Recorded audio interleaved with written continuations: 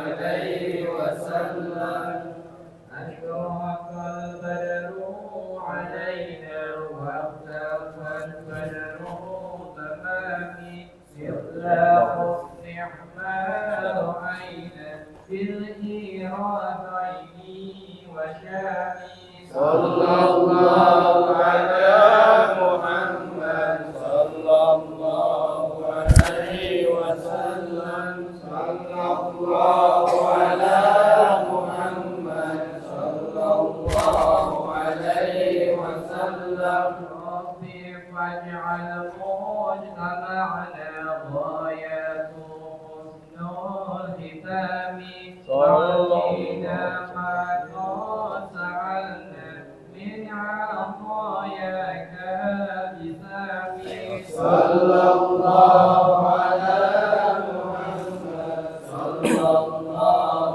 عليه وسلم صلى الله على محمد صلى الله عليه وسلم وتريم الأرواح منا بلقاء خير الأنام وبلغ المختار عنا من صلاة وتمام صلى الله على محمد صلى الله عليه وسلم صلى الله على محمد صلى الله عليه وسلم اللهم صل وسلم وبارك عليه وعلى آله وصحبه.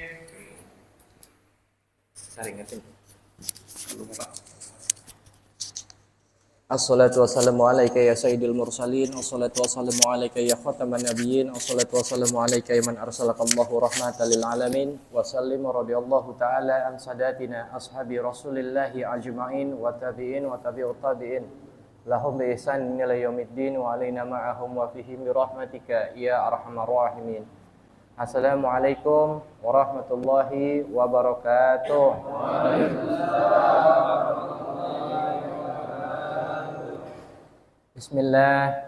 Bismillah walhamdulillah walhamdulillahillazi ja'ala al-ilma rafa'a sifatil kamaliyah. Asyhadu an la ilaha illallah wahdahu la syarika lah allazi khassa man syaa min ibadihi bil mafiril hukmiyah. Wa asyhadu anna sayyidana Muhammadan abduhu wa rasuluh allazi khassatallahu ta'ala bi jami'il kamalatil ubudiyah. Allahumma fassalli wa sallim wa barik wa karrim ala sayyidina wa habibina wa nabiyina wa maulana Muhammadin sallallahu alaihi wasallam miftahi babi rahmatillah adada ma fi ilmillah salatan wa salaman daimaini bidawami mulkillah wa ala alihi wa sahbihi wa mawala amma ba'd.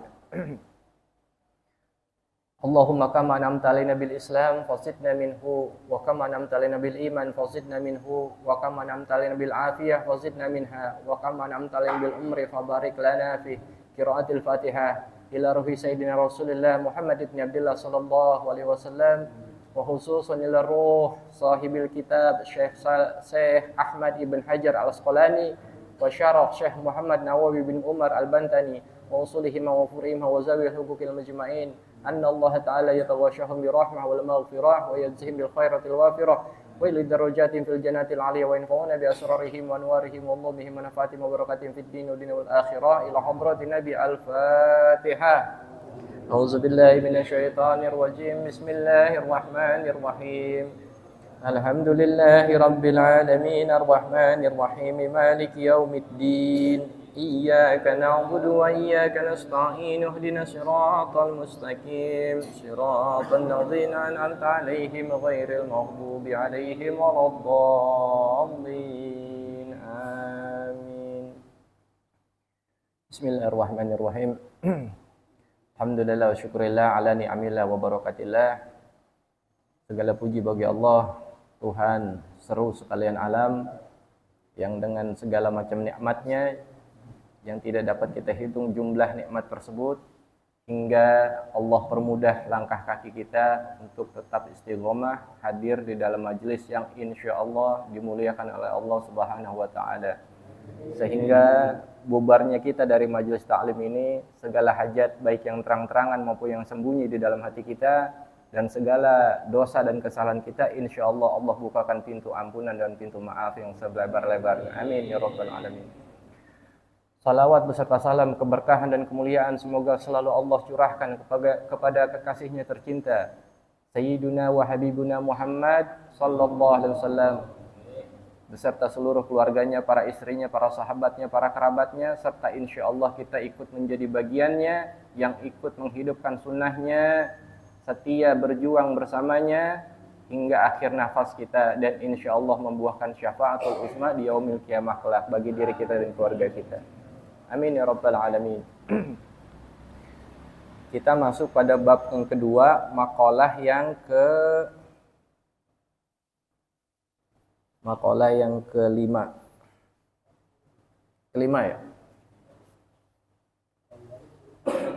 Ya, kelima ini. Di sini makalahnya cukup pendek, jadi saya akan bahas dua makalah, yang kelima dan yang keenam. Ada perkataan daripada sahabat Nabi SAW, Amirul Mukminin Sayyidina Utsman ibn Affan, an Utsman radhiyallahu ta'ala anhu, hammud dunya zulmatun fi qalbihi wa hammul akhirah nurun fi qalbi. Sayyidina Utsman radhiyallahu ta'ala anhu berkata, kesedihan di dunia itu adalah menjadikan hati itu menjadi gelap. Sedangkan kesedihan kita akan akhirat menjadikan hati kita menjadi terang benderang. Di sini dikatakan, apa yang menyebabkan hati kita itu menjadi gelap apabila kita bersedih atas dunia ini. Kalau di dunia itu yang dipikirin, yang disedihkan, yang dikhawatirkan itu apa rata-rata? Dunia itu bisa apa aja? Duit, dunia bukan? Duit, dunia. Perempuan, dunia. Makanan dan minuman, dunia. Pakaian, fashion, dunia. Kendaraan, dunia. Nah, makanya Sayyidina Utsman radhiyallahu ta'ala anhu mengingatkan kepada kita bahwasanya bersedih atas semuanya hal tersebut itu dapat membuat hati kita menjadi gelap.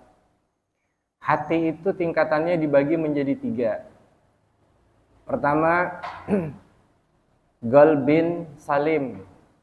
Artinya hati yang selamat. Selamat dari apa? Selamat dari hasad, hasud, iri, dengki, sum'ah, takabur, ujub, sombong, dan yang lainnya.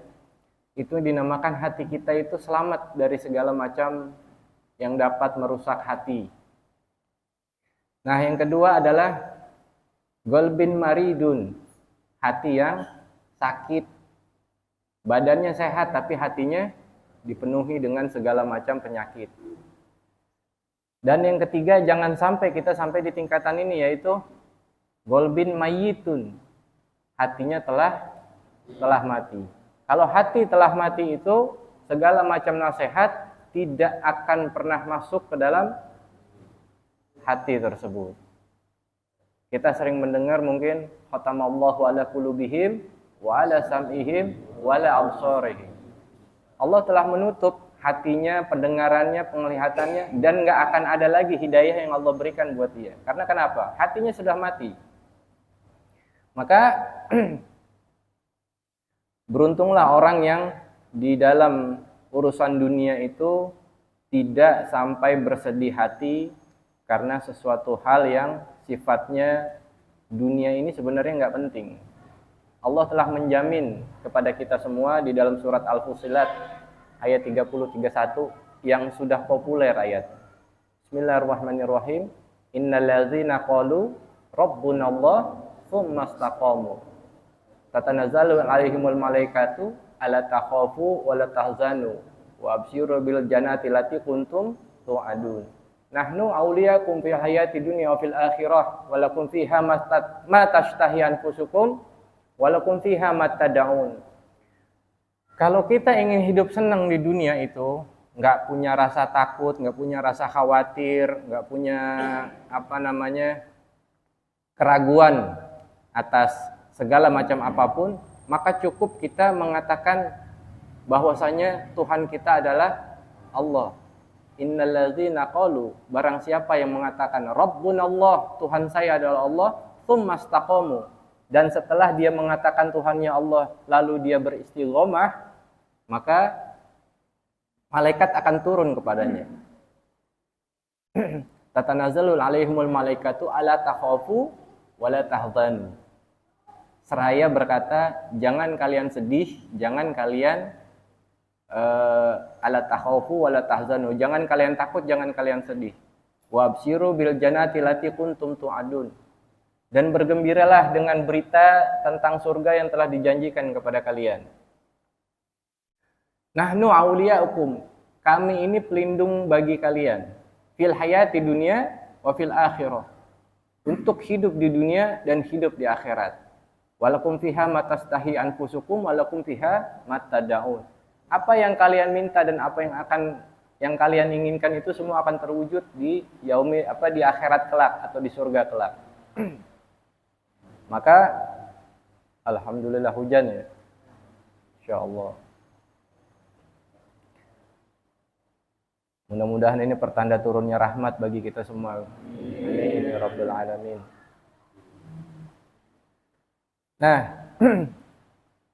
jadi untuk urusan dunia nggak usah lagi kita sampai kepikiran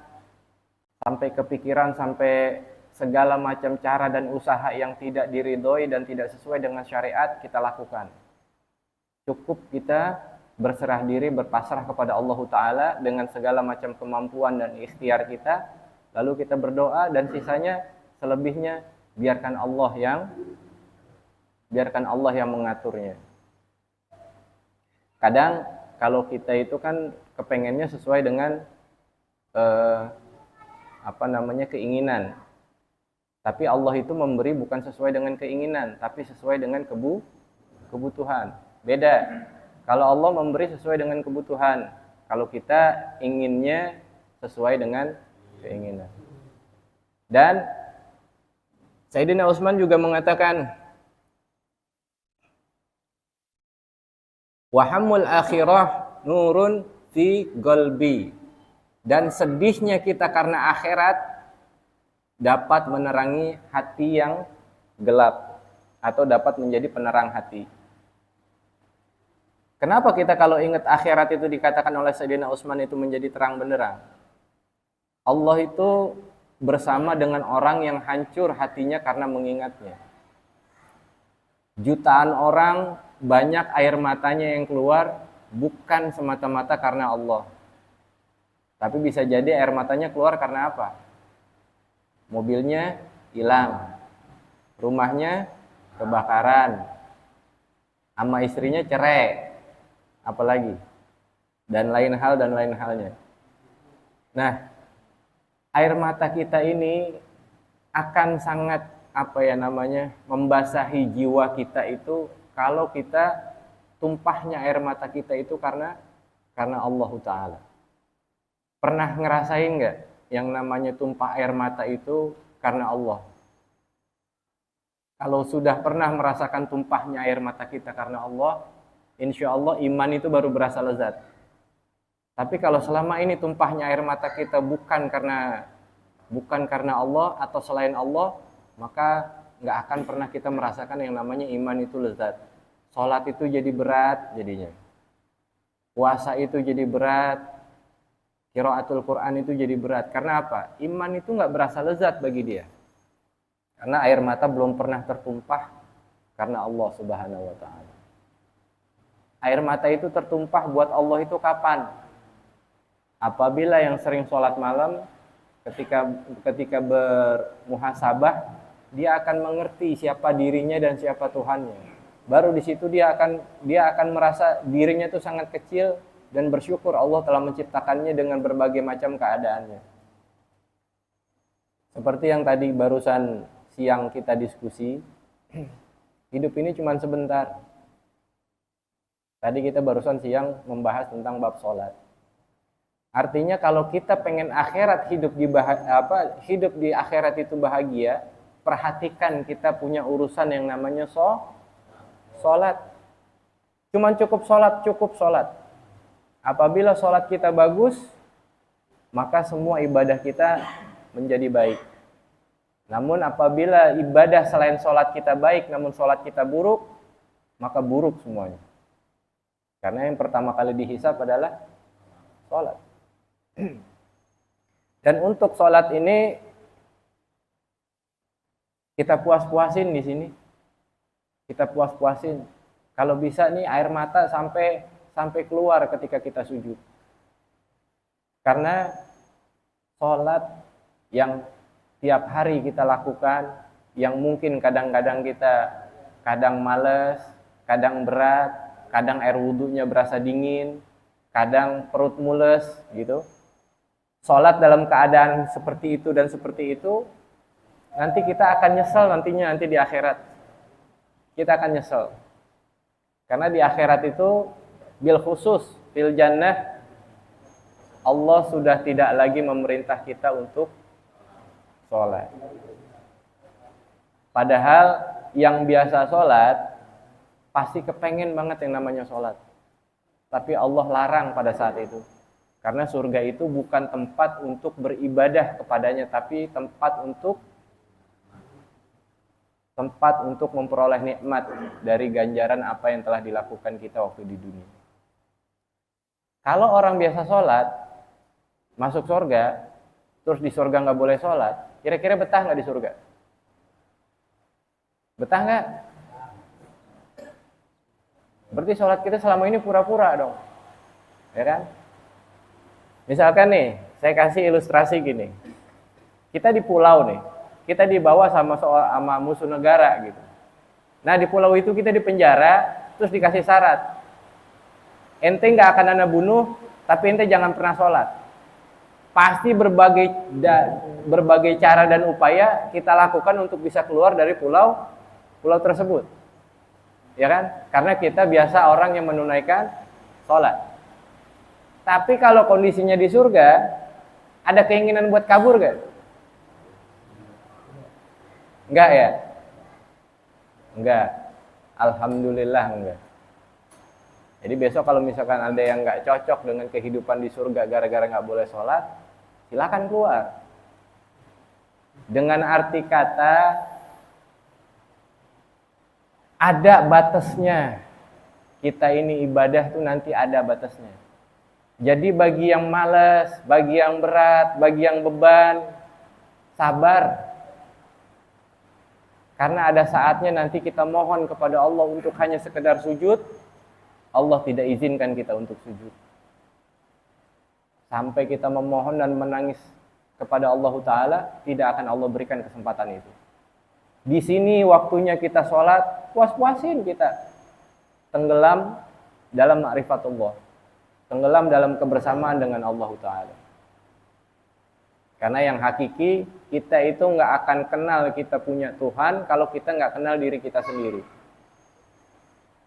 Kita akan mengerti betapa Tuhan kita Allah Ta'ala itu maha besar, maha luas karunia-Nya jika kita memperhatikan diri kita sendiri. Ada orang suka ngomong gini,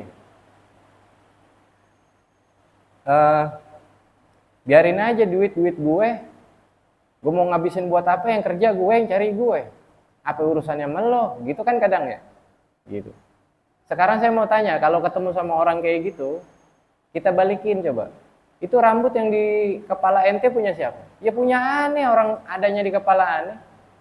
Biasanya kalau pemilik itu pasti tahu kan berapa jumlahnya, apa yang dimilikinya, benar gak?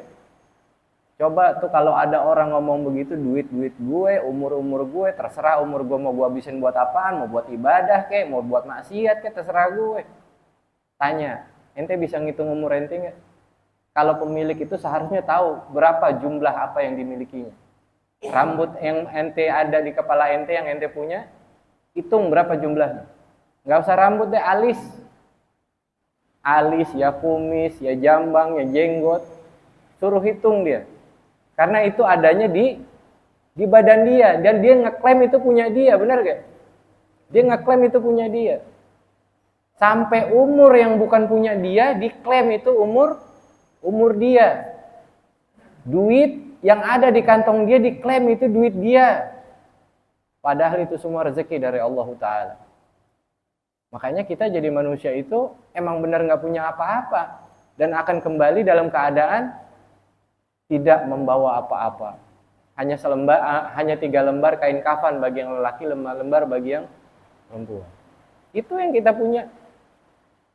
Itu yang kita punya. Dan nanti di yaumil kiamah semuanya itu dibangkitkan dalam keadaan tidak ada yang berpakaian. Jadi kalau ada yang mau coba-coba wah, nanti kalau di yaumil kiamah katanya nggak berpakaian. Nanti saya kalau dikubur bawain pakaian ya. Tapi pemandangan antara satu dengan yang lainnya itu bukan lagi pemandangan yang menarik pada saat itu untuk memperhatikan aurat orang. Orang itu akan benar-benar merasa dirinya takut di hadapan Allah Ta'ala. Walau tara izil mujrimuna nakisuruhum inda rabbihim. Sekiranya kamu memperhatikan orang-orang yang berdosa itu di hadapan Allah, mereka dalam keadaan yang sangat takut. Baru mereka ngomong, Rabbana absorna wasamina farjina na'mal solihan inna mukinun. Ya Allah, kami telah melihat dan mendengar semua tentang kebesaran-Mu ya Rabb. Maka kembalikan kami di dunia. Karena kami adalah orang-orang yang dapat mengerjakan amal soleh. Dan kami adalah orang-orang yang yakin. Setelah seperti itu, baru manusia merasa dirinya yakin kepada Allah Ta'ala. Akan siksanya yang amat pedih. Akan ganjaran surga yang amat istimewa. Baru dia sadar.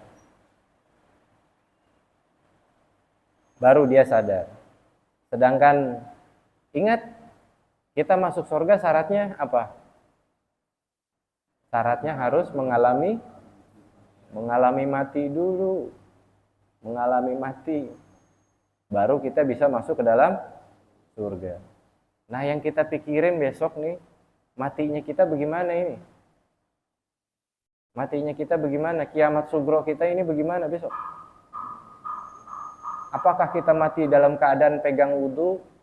Apakah kita mati dalam keadaan pegang agama, pegang iman? Atau kita mati dalam keadaan naudzubillahi min dzalik, dalam keadaan hina, dalam keadaan cinta dunia? Kita berlindung semuanya dari itu semua.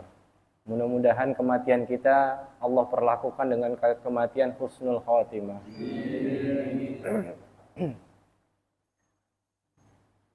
Itulah yang dikatakan oleh Sayyidina Utsman Ibni Affan, bahwasanya kesedihan kita akan dunia itu cuman akan menjadikan hati kita menjadi semakin gelap.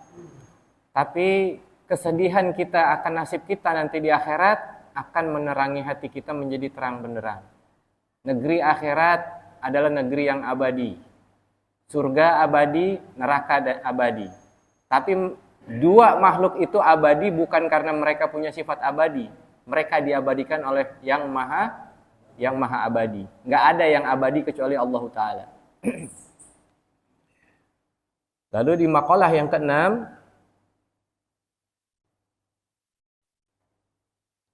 man kana fi talabil ilmi kanat al jannah fi talibih. Wa man kana fi talabil ma'siyat kanatin nara fi talibih. Barang siapa yang mencari ilmu, maka sesungguhnya dia mencari surga. Dan barang siapa yang mencari maksiat, maka sesungguhnya dia sedang mencari neraka. Ini diucapkan oleh perkataan daripada Amirul Mukminin Sayyidina Ali karramallahu wajhah radhiyallahu taala anhu.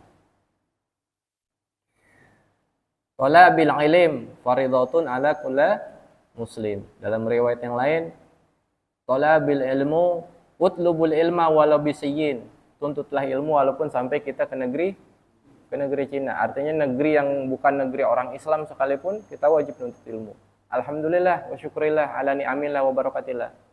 Hari ini kita nggak kurang suatu apa, kaki kita digerakkan kemari, hati kita menyimak pembahasan ini, insya Allah Allah tambahkan ilmu buat kita.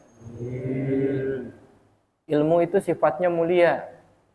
Ilmu itu sifatnya mulia. Tapi ingat, semulia-mulianya ilmu ada lawannya. Apa lawannya ilmu? Takabur dan sombong. Sebegitu mulianya ilmu, masih ada penyakitnya, yakni sombong atau takabur.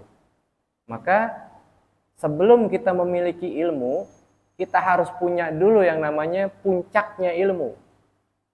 Kalau yang namanya puncak atau jenderalnya ilmu itu, kalau biasanya kan kalau komandan petantang-petenteng ya. Tapi kalau udah jenderal kalem biasanya, gitu. Nah kalau kita yang kita pegang jenderalnya ilmu, yaitu akhlak, maka insya Allah kita nggak akan menjadi orang-orang yang takabur. Jadi kalau kita masih senang suka pamer dengan apa yang kita punya, pamerin kita punya akhlak. Akhlak itu kalau kagak dipamerin, orang bagaimana tahu kalau kita punya akhlak. Tapi kalau kita punya ilmu, jangan pernah sekali-sekali kita pamer kalau kita punya ilmu. Terkecuali ada orang minta diajarkan ilmu dari kita. Dan ilmu yang bagaimana dulu ini? Ilmu yang pastinya bermanfaat. Rasulullah SAW bersabda,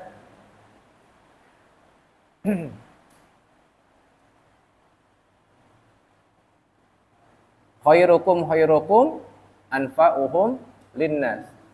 Sebaik-baiknya manusia adalah manusia yang dapat bermanfaat buat orang lain. Apa yang bisa bermanfaat? Andai kata nggak ada yang bisa bermanfaat, kita nggak punya ilmu, paling nggak kita jangan jadikan lidah kita ini suka menghujat orang. Ini lidah nih kadang-kadang kan kagak bertulang, cuman kalau ngomong tajam bener nih. Ada dua alat yang ada di tubuh kita ini yang dapat menghantarkan kita ke surga dan juga menjadi penghantar kita nanti ke neraka. Apa itu alat itu? Lidah dan kelamin. Hati-hati dengan dua alat ini. Pelihara baik-baik, jaga baik-baik, jangan sampai disalahgunakan. Dua alat yang ada di tubuh kita ini bisa menjadikan kita masuk ke dalam surga, pun juga bisa menghantarkan kita masuk ke dalam api neraka.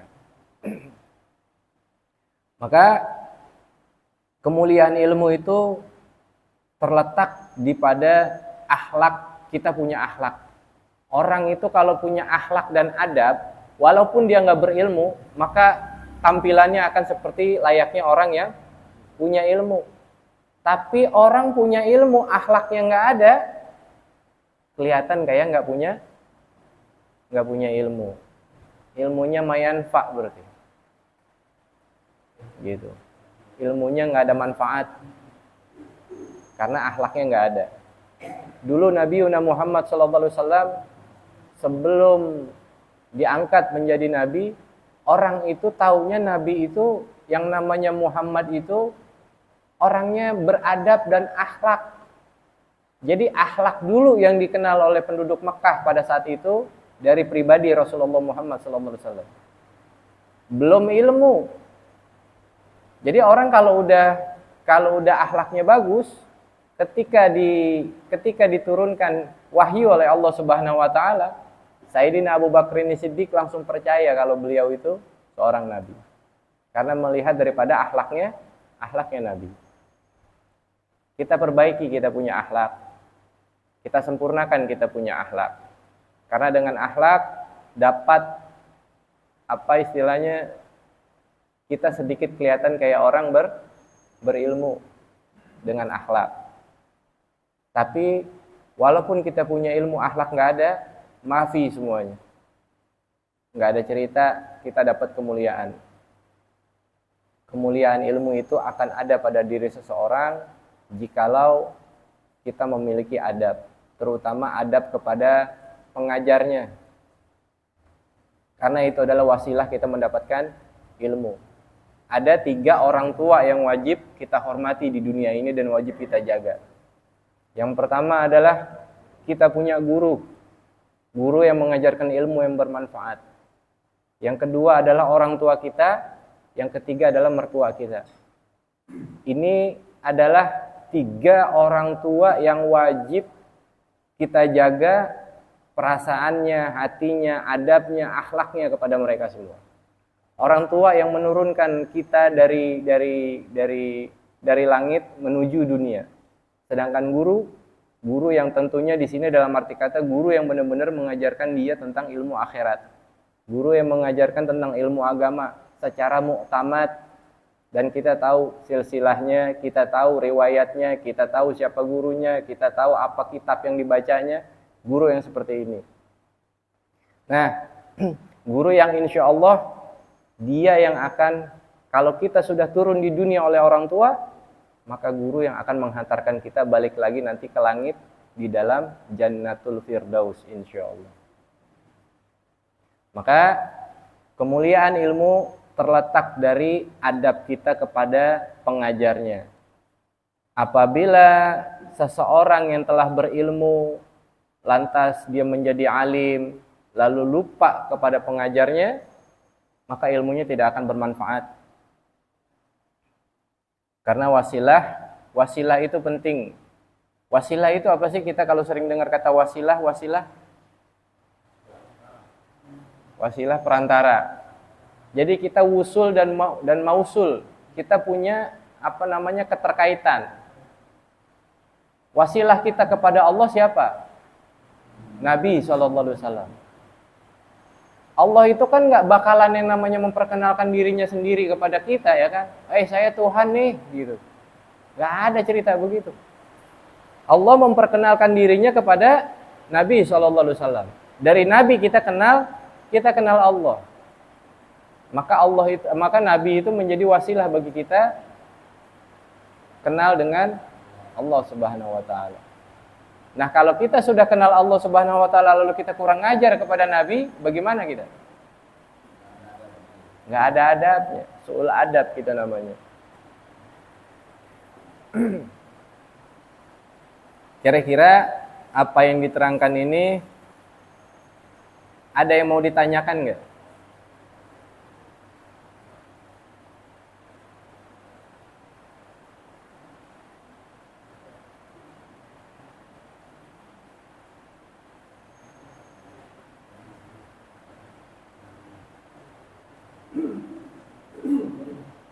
Saya teringat satu ucapan daripada Sayyidina Abu Bakar Siddiq. Beliau itu mengatakan, khamsun zulumat wasiraju khamsun. Ada 5 kegelapan dan ada 5 juga pelita yang dapat menerangi. Ada 5 kegelapan dan ada 5 juga yang menjadi penerangnya. Kalau kita pengen tahu apa itu yang gelap dan apa itu penerangnya, kata Sayyidina Abu Bakar Siddiq gini, hubbud dunya zulumatun. Cinta kita kepada dunia itu adalah kegelapan. Wasiraju laha taqwa. Kalau kita pengen lepas daripada hubbud dunia, bekali diri kita dengan sifat takwa. Ittaqullaha haqqat tuqati wa la tamutunna illa wa antum muslimun. Yang kedua, kata Sayyidina Abu Bakar Siddiq, kegelapan yang kedua adalah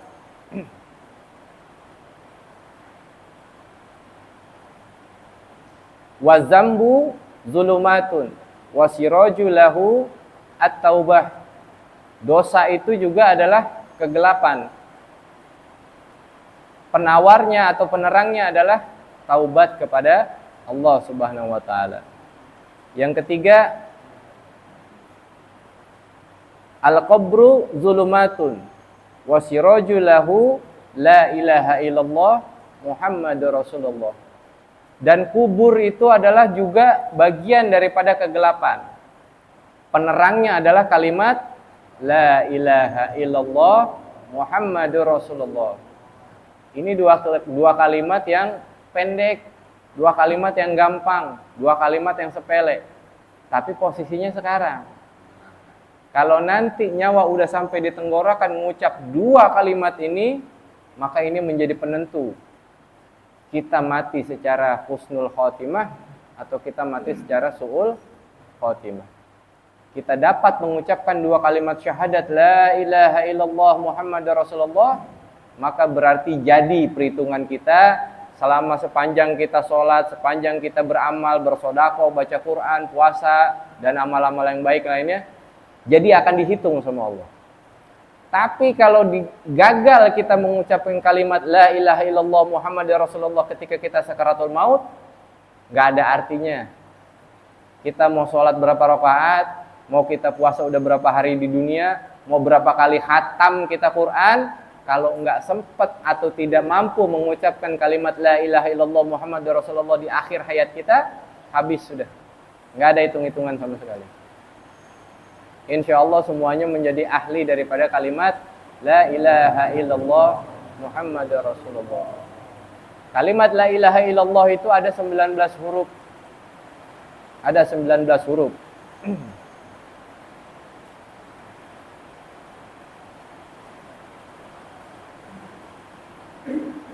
Lalu yang keempat adalah wal akhirah zulumatun. Akhirat itu adalah gelap. Wasiraju lahu amali soleh. Akhirat itu gelap, penerangnya adalah amal soleh. Yang terakhir wasirat zulumatun wasiraju lahu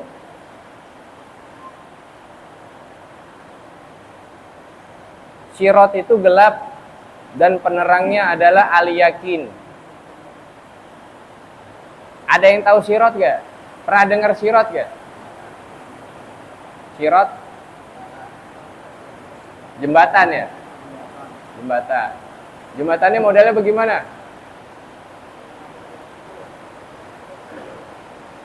Kayak jembatan Ciliwung sini nggak? Hah? Sirat, yang namanya sirat itu jembatan. Memang jembatan, bukan siratal mustaqim ya. Kalau siratal mustaqim itu jalan yang lurus.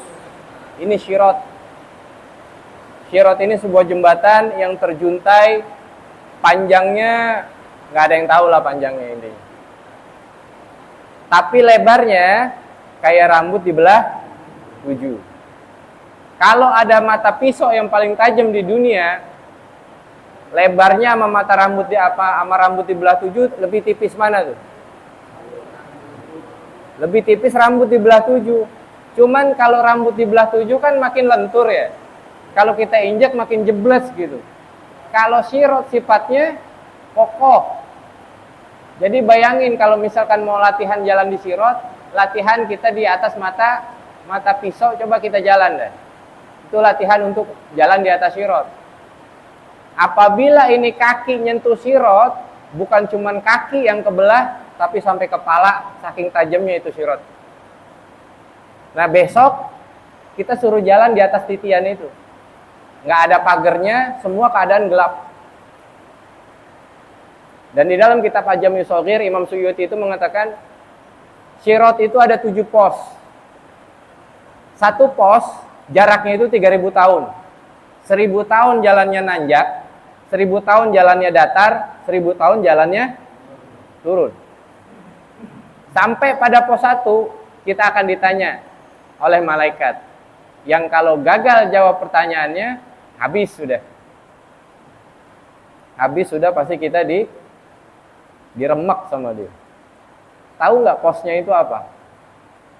Pos pertama dari sirat itu apa? Jadi yang dinamain pos itu bukan kayak pos kamling di sini. Ada TV, ada kacang, ada kopi, enggak. Yang disebut pos pada sirat itu adalah sebuah tombak yang ujungnya itu tertanam di dasar neraka. Tombak. Kita duduk, besok didudukin di atas tombak, itu pos 1. Masih ditanya lagi. Udah gitu masih ditanya. Apa yang ditanya di pos pertama tentang iman dan keyakinan kita kepada Allah Ta'ala. Kalau kita nggak bisa jawab, habis di situ. Yang kedua, pos yang kedua adalah kita akan ditanya tentang sholatnya kita. Pos yang ketiga kita akan ditanya tentang puasanya kita. Pos yang keempat kita akan ditanya tentang sodakohnya kita, zakatnya kita, jariyahnya kita, semua infaknya kita akan ditanya di pos yang keempat. Pos yang kelima kita akan ditanya tentang haji dan umroh kita. Bagi yang sudah haji atau dia baru sekedar melaksanakan umroh. Pos yang keenam akan diperiksa istinjanya kita. Tahu istinja nggak? Ya, cebok bahasanya. Jadi kalau kita cebok nggak bersih, mandi junub kagak paham, terus apa lagi ya? Pakaian juga kurang paham kesuciannya. Itu yang kayak gitu-gitu tuh nanti diperiksanya di pos 6. Pos yang ketujuh diperiksa tentang amalan silaturahim kita dan perbuatan kita kepada kedua orang tua kita. Di pos yang ketujuh. Satu pos tadi berapa tahun? 3.000 tahun. 1.000 tahun jalannya nanjak, 1.000 tahun jalannya datar, 1.000 tahun jalannya turun. Kalau nanjak 1.000 tahun, kondor nggak kira-kira? Kondor. Segitu jalanannya lebar. Ini jalanannya kayak rambut dibelah 7. Yang kalau kita injak sakit, bukan sakit lagi, tembus sampai ke kepala. Apa sanggup kita ngelewatin sirat kayak gitu? Nggak ada yang sanggup. Nggak ada yang sanggup. Kalau bukan semata-mata kita ditolong oleh Allah Subhanahu wa taala. Dalam sebuah riwayat, apabila kita sering membaca sholawat, maka satu huruf yang kita baca dalam sholawat tersebut menjadi sebuah papan. Kalau kita sering banyak-banyak baca sholawat, maka insya Allah papan huruf demi huruf itu akan menjadi pengganti sirat yang kita injak. Akhirnya kita sampai di depan gerbang yang namanya jannah insya Allah. Perbanyak baca sholawat kalau pengen masuk surga makanya. Karena tiap-tiap huruf daripada sholawat akan Allah jadikan papan buat injakan kita nanti ketika berjalan di atas sirat. Dan banyak lagi riwayat-riwayat yang lainnya. Bahkan ketika kita kurban nanti kendaraan kita adalah hewan kurban kita. Nanti itu mungkin akan diterangkan pada bab yang lain. Kiranya itu aja yang bisa Al-Fagir sampaikan. Insya Allah menjadi manfaat buat kita semua, bil khusus buat Al-Fagir. Dan insya Allah mudah-mudahan Allah tambahkan terus ilmu kepada kita. Allah tambahkan keislaman kita, Allah tambahkan keimanan kita, Allah tambahkan sehat kita, dan Allah tambahkan umur kita dalam keadaan taat kepada Allah Subhanahu wa taala. Bismillahirrahmanirrahim. Alhamdulillahirabbil alamin. Allahumma shalli wa sallim wa barik wa karim ala sayyidina wa habibina wa nabiyina Muhammadin wa ala alihi wa sahbihi wa qarabati Rasulillah ajmain. Allahumma kama an'amta alaina bil Islam fazidna minhu wa kama an'amta alaina bil iman fazidna minhu wa kama an'amta alaina bil umri fabarik lana fihi. Anna Allah ta'ala yataqarrabu alaina wa alaikum bi sifail ajil wa lutfi syamil wa yahulu bainana wa bainal marri wa asqam bi hurmati sayyidina Muhammadin sallallahu alaihi wasallam khairil anam. Allahumma arzuqna wa iyyakum sihatal afiyah wa jami'al afiyah wa dawamal afiyah wa tamamal afiyah wa syukral afiyah wa yumati'una bi asma'ina wa absarina wa quwwatina fi sabilih wa yatisu lahu wa ma'mulahu ala ma yardillahu wa rasulahu rabbi fanfa'na bi barakatihim wahdinal husna bi hurmatihim wa amitna fi tariqatihim wa mu'afatin minal fitani rabbana atina fid dunya hasanah wa fil akhirati hasanah wa qina adzabannar wa sallallahu ala sayyidina Muhammadin nabiyil ummiyil habibil karim wa sahbihi wa sallim bi fadli subhana rabbika rabbil izzati amma yasifun wa salamun alal mursalin walhamdulillahi rabbil alamin. Alhamdulillah ala ni'amillah, alhamdulillah ala barakatillah, alhamdulillahi hamdan yuafi ni'amahu wa yukafihu mazidah. Walhamdulillahi rabbil alamin. Ya Rasulullah, ya rafi'a syani wad darajik, Rabbi fanfa'na bi barakatihim wahdinal husna bi hurmatihim wa amitna fi tariqatihim ومعافاة من الفتن يا رسول الله يا رفيع الشان والدرج اللهم صل وسلم وبارك عليه وعلى آله وصحبه والحمد لله رب العالمين.